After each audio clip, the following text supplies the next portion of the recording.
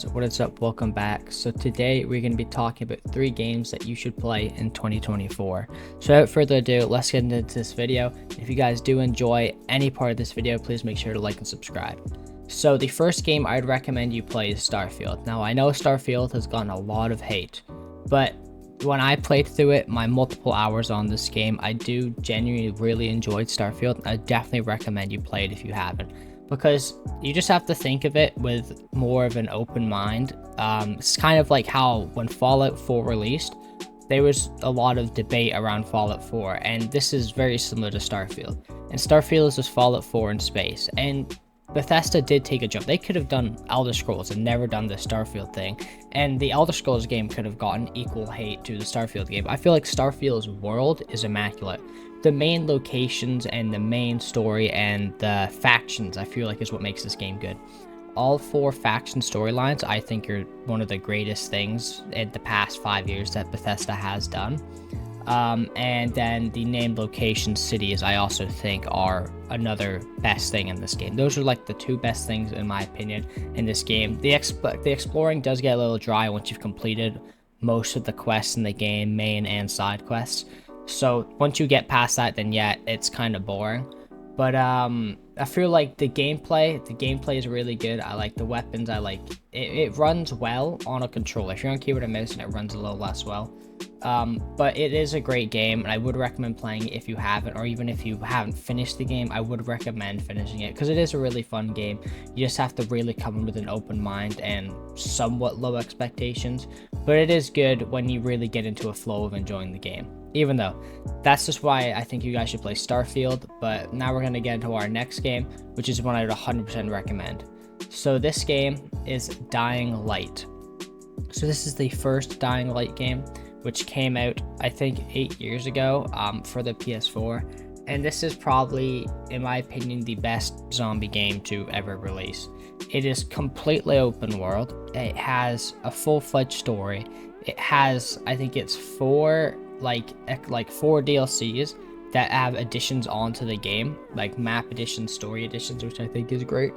And the gameplay, the movement, the weapons, story, like I said, everything. You can go anywhere, you can do anything, you can kill pretty much anybody except from allies and stuff like that.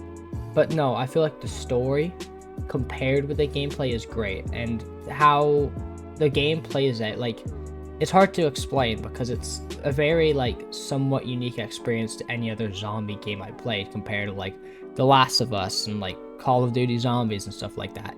It's like completely open world, and you have complete control over what time of day you what time of day you want it to be at, and just how unique it is and somewhat how realistic it is. But I would definitely recommend this game to anybody who wants a story game that's also open world and has a lot of replayability. And that's why I wanted to recommend this game, because I feel like it's still, it's an older game, but I still think it's better than Dying Light 2. And it is just so unique, especially with the crafting and stuff. There's just so many great things, so I would recommend it.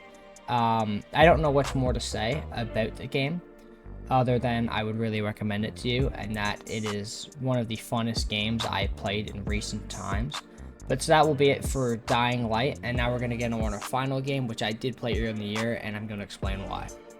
So Far Cry 4 I streamed a series of it at the start of or around the middle of the year, in the summertime of 2023, and it was one of the most fun Far Cry experiences other than Far Cry 3 that I've had.